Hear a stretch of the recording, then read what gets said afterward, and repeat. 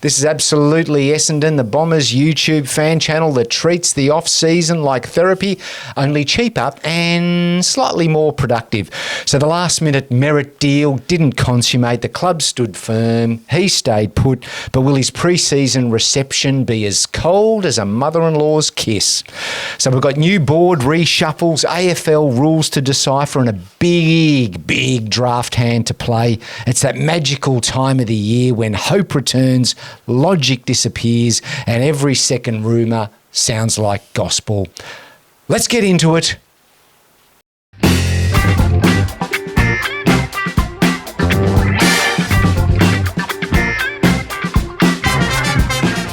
Okay, welcome back. This is it's a Halloween edition of Absolutely Essendon, and DT, you look like you've just opened a nightclub there, mate. Are you handing out drink cards this evening? Well, I thought it was more Richie Benno, but you never know. Yeah, he loved a bit of Camel. Maybe a nightclub from back in the 90s, maybe like the Carousel, or yes. What else was hot when we were young? Well, the Botanical was known to attract some people. Some wicked evenings down there. Did you? Yes. Yes. I usually was home by 9, but anyway. Yeah. Happy Halloween, I guess, is the answer. It might be after that by the time this gets out. Now? I thought that was like an American. No, it's such a thing now in Australia. Are we doing Thanksgiving this year? It's such a thing in Australia now. God. It's haven't you seen? It's just pumpkins everywhere. It's what other? It's incredibly popular event from around the world should we be adopting? Like embracing. The game they play in Italy where they sort of throw each other around, and what's that game? It's like an ancient carnivale thing. Right. With a ball. I think there's a ball involved. They punch each other up. Yeah, I think the one is that in Siena. Well, yeah. You want to see the running of the bulls. Well, that's in Spain, down Burke Street. Right. Anyway, look, that's enough of that. That's what's going on, and so we're here to just wrap things up. You probably already. Well, we've got breaking news, by the way. I'm sorry to interrupt your stream of thought there, but I've just heard Will Setterfield has been delisted, and we are breaking it first. I don't think we are. What do you mean? I think it's already out there, mate. Our fellow broadcasters, they're much quicker on the draw than us. Felix and Daniel? We're sleepy. What do those boys sit by the phone? Sleepy right? Joe and DT. They got Commissioner Gordon dialing through on the back phone. They've got record. Seriously, I thought we might have been the first to market with that news. So anyway, yes, Will Setterfield's gone. Yes, well, yeah. So look, that is unfortunate. That it's not. Well, it is breaking news, and I'm sorry to see him go. I'm hoping maybe he might come back, but I really thought he was. He had that versatility. He was a bit tough. He could tag. I thought he was someone worth keeping, but I know that there's a list. It might be a little clogged. He had that unique position at Essendon on our list that really no one's had for the last 10 years. That's that big-bodied midfielder. That's like the elusive, the unicorn. Mythical. Yes, that big-bodied midfielder that we so desperately crave. Excuse me, you just keep talking. He's gone. Okay. So I've always wanted to do this show on my own. I'll tell you what, I reckon the subscriptions might go up. I've gone across the camera too. God, don't do that. Yeah, it's like... I know. I totally broke. What was that show on Hey at Saturday? Sorry about that, everyone. That's just bad form. With Red Poor Simons? form. Yeah. Red Faces. Red Faces. It was a bit like that. You're like Dickie Knee. So yeah, I'm sorry to see him go, but I suppose that's just a function of where we are at, because I was kind of hoping that they could make it work with our draft picks, maybe do a bit of bundling, do a bit of packaging up, and maybe there was a space for him. But alas, no space. Well, look, he is the victim of having the contract expired. Or expiring, and we had to get rid of about 8 players this year. I think we actually ended up delisting or trading or removing or saying goodbye to about 9 players in total. So come draft day, I think we can draft around 5 players, maybe 4 or 5. I think that's the number anyway. Yeah, it will be very interesting. Or was the reason they let him go because no one could pronounce his injury, so it was just easier to just. Well, his injuries, he's never been anything but injured, really, and I think that's the shame for Will Setterfield. Look, I got to say, I thought he was pretty effective for us when he played. But I think it's a most little years- harsh. He hasn't been injured that much. But yes, he's there's had a been few. there's been He's had a few. So, but look, join the club. He plays for Essendon. I mean, everyone. That's sort of standard form, isn't it? So, Yes. But thank you for your service. Yes, And thank you, Will. I think the club. He might come in through the back door. He might. Well, yeah. I mean, talking about 80s nightclubs. Yes, he could very well resurface in the rookie draft or what do they call it? The supplemental selection period. We might see Will come back into the side. So let's see. I don't think it's all over. And I think The SSP. young Ben Hobbs, I think, has been courted by Yeah. a few clubs too. I've Is heard, he? Since he was gracelessly dumped from their Yes. list. So. I mean, yeah. Oh, I was always rooting for. Did he make us regret that decision? Well, this is the question as we enter this draft period. There's a lot of excitement across all the social media platforms and a lot of Huge. analysis about all these players and who's going to get picked and who's best for our team and who's going to fit in with on a needs basis or who's just a bit. And there's just the question is, are we bringing them into an environment where we're going to take those skills and we're going to develop them, or are we going to take their existing elite kicking skills and just destroy them? That's a very, very good question. Things are changing. I think. Well, we've got a very high performance team now. Well, that's it's set a high, up. Very high a performance. high performance team. Yeah. So I'm hoping Yeah. that the answer to that is that things are changing and that they are coming to a very positive environment where players will flourish. I'm hopeful. Yeah, but look, to be fair, they're not going to teach people how to kick a footy, are they? They're just going to craft the rig a little bit. Well, chisel the muscular if you proportions. if you can stay on the ground, then you've got more chance to get that muscle memory, get those drills into you. Talking of which, I was excited to watch a video of Elijah Sartis.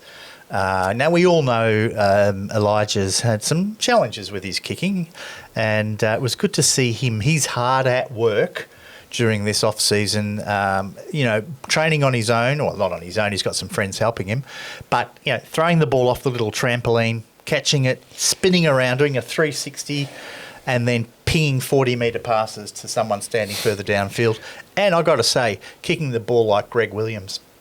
Pinging, was he? Pinging them. It was military-style precision. So, it was. I thought it looked fantastic. Look, but you forwarded that to me, Yes, and I mean, I suppose the question for me is, he in those drills, he takes a good 3-4 seconds to get the kick away. In an AFL game, you've got 1.24 seconds, if that. I suppose that's the issue, right? Yeah. It's under pressure. So can true. you do it? Anyone can kick the ball well. Even in you, a my training. friend. Well, Even absolutely.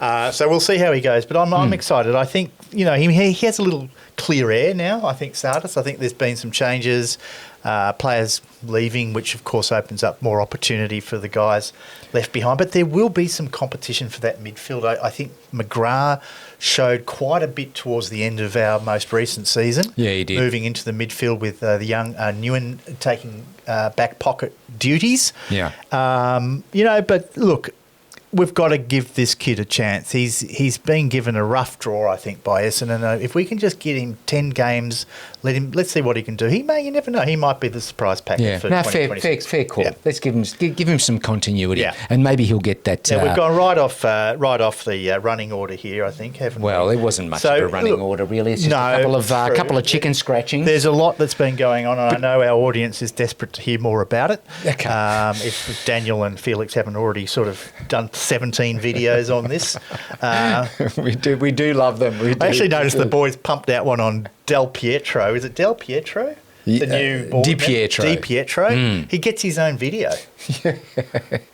Well, he's an influential, esteemed board member. So tell us about it, because you've got all the inside running of the Italian community. Mate. Well, I don't.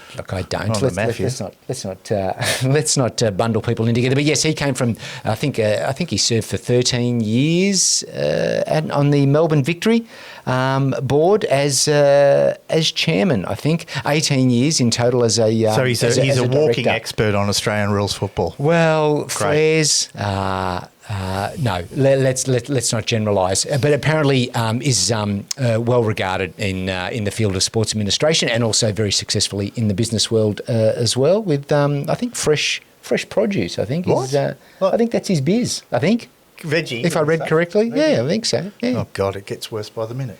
No, don't be like that. And a long-time Essendon fan, which also makes so much difference. Which also helps. We're bound for glory. So he's taking Dave Barham's position, and bring the same effusive hairstyle with him. Look, Dave Barham I has? don't know if he's follically challenged. Yeah, I think he may Might be a little bit, but he's yeah. come to terms with it. I think a lot. He's better. gone and shaved it a bit. Yeah, a lot better. Looking very smart than Dave Barham. No, but seriously. In terms of, he's only been there less than 24 hours. But in terms of the messaging, lasted longer than Andrew Thornburn then. Yeah. All right. Okay. He did. God, that's Yeah, still just a debacle. Anyway, the messaging I like is consistent so far. Has he been making messages already? Yes, he has already, and it's all about a fully rounded all club. in. What's the thing they're all running with now?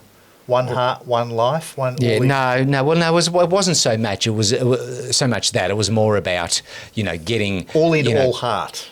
All in. Is that the one? No, that's that the isn't. Solly started that off. Can you just keep working on that quietly? Okay, I'm going to look for that. So you're going to look that. Are you going to ask your co-pilot assistant? Are you? I tell you what, she's quite an assistant. My co-pilot assistant. You've fallen in love with her, haven't you? I have. You're like that movie Her with Joaquin Phoenix. Eh? You think you've got a one-on-one relate?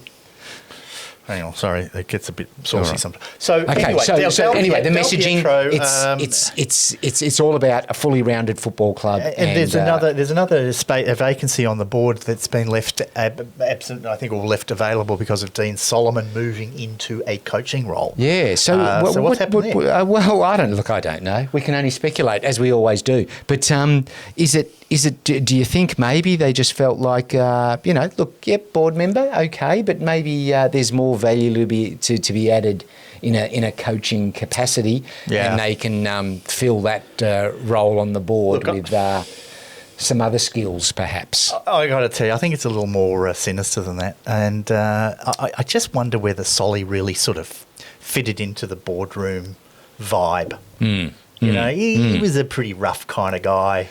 I'm not sure he would be so eloquent around the board meeting they were looking at the. But do you need everyone? Do you need everyone to be that? Do you know what I mean? It helps, right? It's about but you can't have overlapping in skills. You can't. You kind of hope people can bring. He's supposed to bring that sort of football brain, but right. But I wonder because he's sort of slotted into the assistant coaching position, left vacant by G up, and of course, and just the question that comes to mind is, well, did they go outside? Did they shop that position around? So how many people were rejected? Look, I don't know, but I mean, did they go and speak to Lepic, or is that just no chance? Would you've got laughed at? Would they have gone to a Corey Enright and said, "Hey, is there any chance?" Would you ever consider it, or did they just go, "This is the best fit. We need someone work on the defence." And you know what? That said, nothing against Solomon. I'd love. If a couple of our defenders carried some of his traits, it would be just what the club needs. People say that we get a guy like Solomon, he brings a bit of a hard edge to the team because that's the way he played. Mark Harvey was an assistant coach too, and how did that work out? Right, he was a hard-edged player. I mean, I'm not sure. Assistant coach. He was also a he was a senior coach. I'd never yep. senior coach at Essendon, but he did spend some time as an assistant. Yeah. So look, I get it. Travis Cloak was a fantastic forward for Collingwood. How are our forwards going? I think coaching and what you were as a player are kind of mutually exclusive. I don't know about mutually exclusive, but yes, it doesn't necessarily always translate. You can be a star player, but then you don't necessarily make a great Chris coach. Fagan has created a beast of a football club, never played a game of footy in his life. Yeah.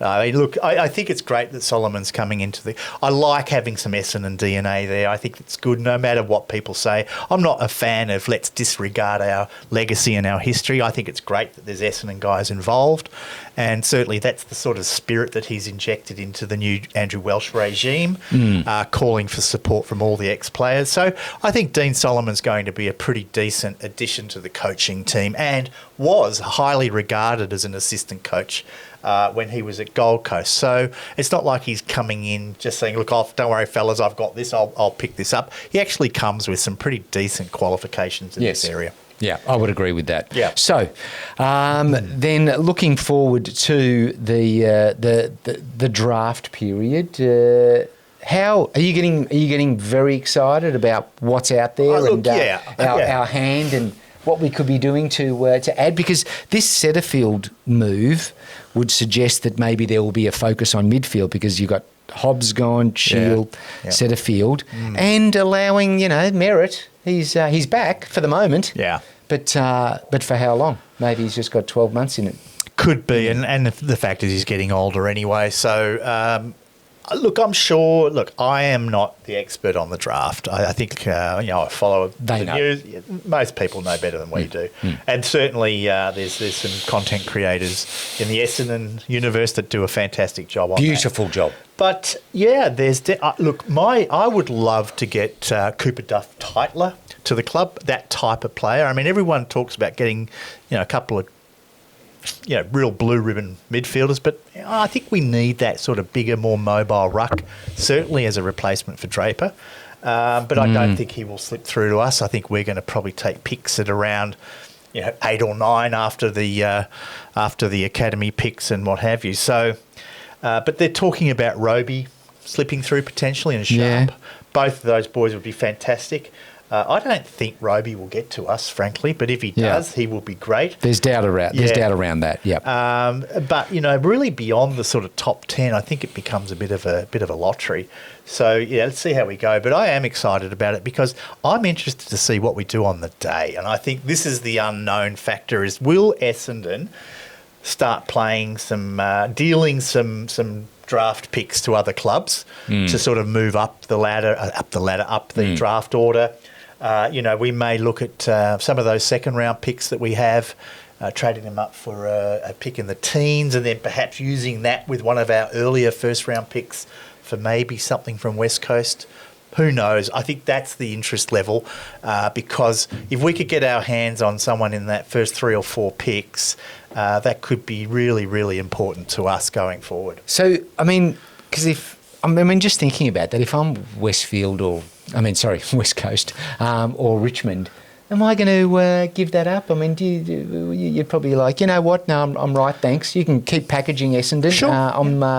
I'm not interested. And does anyone sound them out prior to the talk night? To the other clubs? Yeah, to sort of say, what are you guys thinking? Just to get a temperature check on what's possible, so you don't go in cold. Definitely, I would imagine absolutely is the answer. And right, okay. Maybe there's a bit of because I suppose what happens on the day is then all of the activity around potentially trading picks will happen, and the clubs are not really in a position to commit anything now.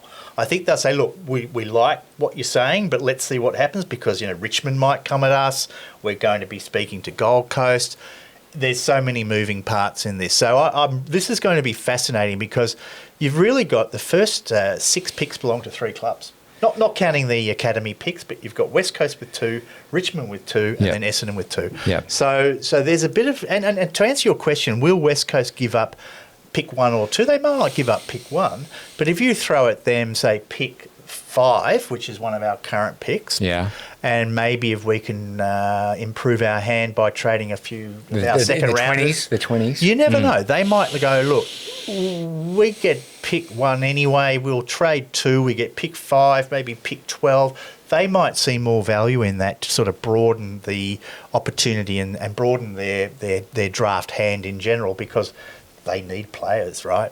So who knows is the answer. But I think the professionals that do these phantom drafts have us with, most recently, I think it was the Herald Sun or one of the major papers said Roby and Sharp. Sharp's a boy from Adelaide. Yeah, right. So there's a bit of flight risk there if he does come to Essendon. Yep. But I think either of those players, from the little I know, are both very, very exciting young talents. Yeah. And so in general, though, surely we're not looking for tall forwards. right? Because aren't we well stacked in that area? We are, but it's an unknown. Really, let's say Caddy, of course, is going to be a lifetime player for Essendon. Yep, you've got Archer May, Peter Wright, May, Peter Wright's McMahon, Edwards, yes. Jones. On the surface, you're saying we're pretty well stocked for tall forwards. When you dive into it, we've got absolutely nobody. Yeah, because none of those players, I think, apart from perhaps the potential of Caddy, represent necessarily at this stage, and they could prove us wrong, elite talent. I think a player like Duff Tytler could be that kind of player that can be your perfect foil for Caddy and also provide, additional. He's a very mobile, tall player that could play in the ruck as well. The old mobile tall player. God, I love this time of the year. It's just like all this really. Yeah. It's just such a grass is greener kind of world. That's why we come back every year. That's why these guys are watching us now. It's all the things that you would love, eh? There's But look, I'm not an expert on it, Smoke, and I think I'd love to hear the comments from our audience because I'm sure the guys they will out know there better. Will know. The guys and gals will have a much better grasp. Yeah, please share your thoughts, especially in light of the events of today and what you think that means for the latest permutations and combinations. Yep. Okay, so moving along, we've covered quite a bit already. Yes. But just on Zach Merrett, I mean, I know there's been a lot of column centimetres around Zach. There has. And a lot of bits and bytes in the quite digital a lot. world. Did you can I just ask, did you watch the last sort of hour or so of the trade period? I didn't actually. I did. I enjoyed it. The drama. Yeah, nothing going on, but I enjoyed it. I enjoyed it. And just watching those presenters, they had a Barrett, countdown clock in the corner. Oh, they did. They did. And, the poor guys are trying to pad it out because, there wasn't... I'm was back just, in the studio. Yeah, there was just so little to talk about, right? Yeah. Except how many steps Tom Petroro was getting by walking between the Hawks and Essendon offices, which, of course, they didn't put them next door to each other. Yeah. They put them at opposite ends just to add to the drama. But it was just quite interesting, especially leading up to the dying minutes. The way the Hawks did the deal the day before with the whole time constraint, try and close the deal that way. I'm not sure whose playbook they were following there, but and then just that last day, and all of us became body language experts, right? And lip readers. Yeah. Right. It was just quite interesting. Is he still gainfully employed by Zach Merrett? I don't know. Yeah. I don't know. I reckon there'd be a couple of questions being asked. Hey, we're all experts, obviously. Never done the gig, but he failed. Right? He failed. As the player manager, he failed to deliver his client what his client wished for. Well, or did Hawthorn screw them over? Okay, so look, we're going over. This is almost like historical now. Yes, in 2025. For those that might have missed it, Zach Merrett is still an Essendon player. Yes. We can confirm the news is just coming through. Yes, he's staying at Essendon. He is. What does this mean? Okay, what does this mean for the club? Was Hawthorn playing games? I mean, let's be honest. I've read a few newspaper articles saying, how crazy was Essendon knocking back these three first round picks. Yeah, asking because we asked for 4. Right. The combined value of those picks, for those that haven't done the math, and I have, it was pick 3. So, in fact, what they were saying is, give us Zach Merrett, your best player, your captain, your reigning best and fairest player, 5 years, and we give you 1 pick 3, the value. Yeah. And so all of these promises of first-round picks, Hawthorn is likely to be a top 3, top 4 team for the next 2 or 3 seasons. We weren't getting anything exciting out of that pick, out of those selection of picks, other than the pick 10 that they had this year. So, and what about the household name that they threw in their midfielder? Harry Hustlewaite, whatever.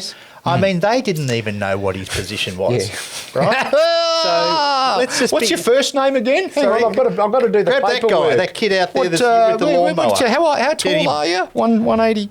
So, yeah, they put him up like he was the next Lee Matthews. And you know what?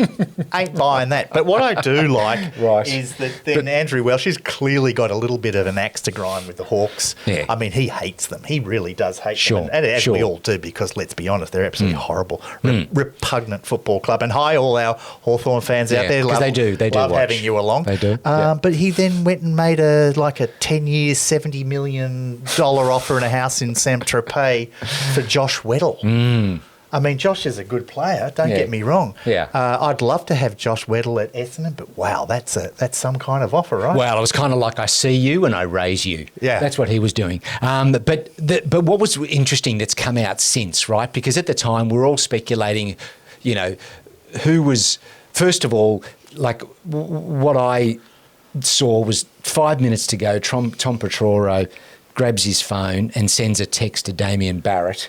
What were they zooming in on? Well, no, because Damien Barrett says, I just got a text here from Tom Petroro, and starts reading it out, then says, actually, maybe I shouldn't be reading this out. So, I mean, Tom Petroro sent that like he was breathing. Like, he didn't even have to look up. There was no scrolling to find Damien Barrett's number. Right. It was just right Speed there. dial. So when we were wondering about leaks and how was this info getting out?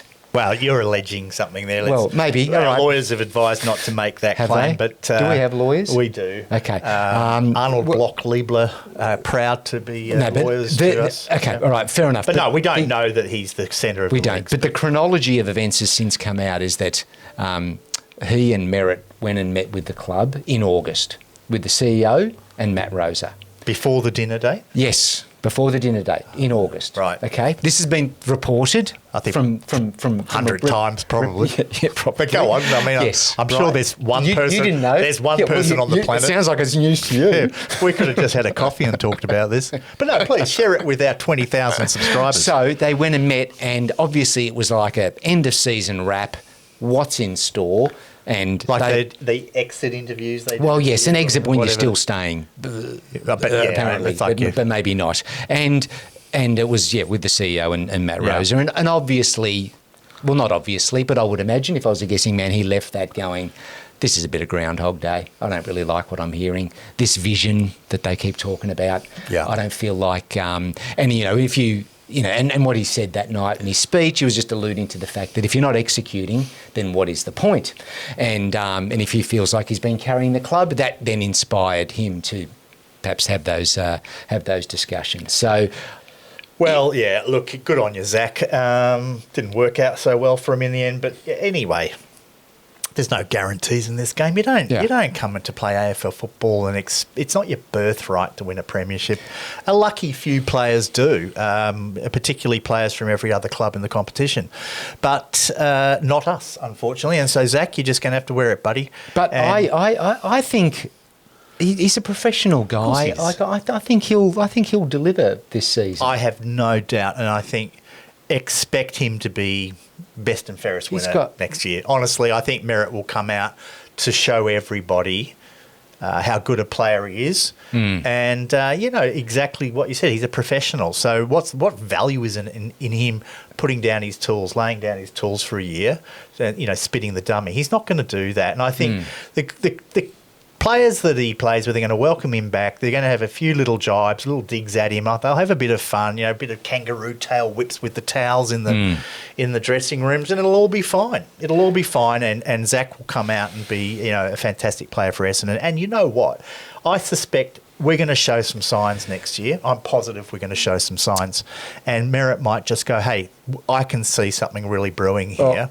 And come the end of next season, if we are showing some signs, we have got an absolutely incredible war chest to go out and say, Zach Butters, you've seen what we've done this year. We're going in the right direction. Here's a $2 million a year contract. Josh Weddle, you want to come and join the fun? Here's $1.3 million. It's all yours, buddy. And on it goes. At this point, can we have the... Zach Bailey, come on down. Oh, Bailey as well. Jeez. Ben King, name your price. Can we put the peak delusion graphic along the bottom of the screen at the moment? Because I reckon it just spiked. The needle just spiked. Yeah, all right. Okay. Dropping a few. Peak delusion's still a little way off. I've got to say, though, on the Crichton medal front, it will be fascinating to see how that all plays out. But, know what?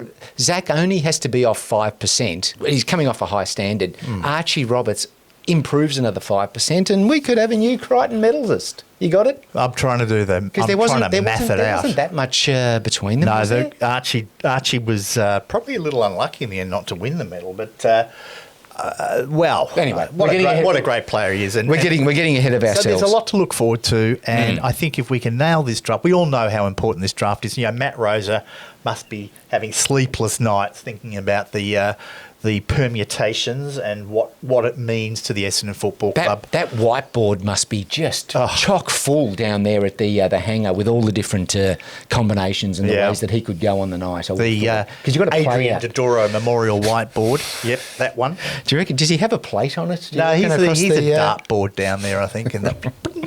But better not say anything because he might come at us. He might. A lot's resting and riding on that. And, when is the draft? I think it's about 3 weeks away. 3 weeks away, I think. Yeah. So, gee whiz, there's a lot to sort of look forward to there. There is. I think I said that 4 times then. You have, yeah. Yes. You're getting excited. Now, did we have anything else for this episode? I think we mentioned... We had a lot of positive response to our hats. So in the next, it's imminent. I've set up a payment portal. Look out for on our community post. I'd love to see Donald Trump wearing one. We just worked out the shipping. Not that that's our policy. Shipping is expensive. It's just. So what are we talking? What's the price? I think they're probably going to have to be. We've still got to just finalise the numbers, but probably $45. And honestly, the profit margin is not a lot for us. We won't be upgrading our cars anytime soon. You got the new home up in the Gold Coast on the back of these hats. Hey? But you got the doormat. There's a new wing. The doormat. So it'll probably be around that. We'll finalise that. We'll just have a look for a post on the YouTube channel, a community post. We'll put the link in there in the next few days to a week. Yes. Are we going to do a cap for those that are not in favour of this sort of signalling this message? Well, no, the next round of merchandise we'll ditch the mega and we'll do something else. Our lefties. Maybe we'll do a Peak Delusion t-shirt. Peak Delusion, yeah, because this seems to wind a few people up, this one. Yeah, it does, mate. All right, and it's just fun. We're just having fun. There you can jam your fun, mate. Yep. Jam it. No fun allowed.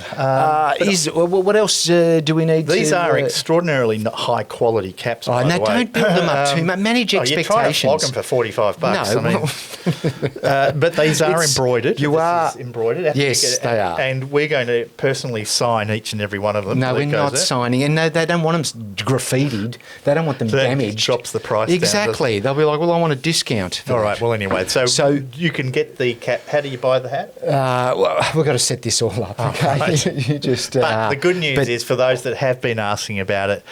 Some people have emailed. It is coming. Yes, it is. We will do them. And you will have them before the season. With us, everything moves at glacial speed. Right. So thank you for your patience. Do you know, Felix and Daniel will probably have an entire wardrobe of merchandise out before we get our stupid caps out there. They will. I'm surprised. Felix, why haven't you done any merch yet? Felix will be dressing Brownlow medalists. Daniel, pump some out. Okay, all right. I don't think there's any more guff. That'll do. If you've made it this far.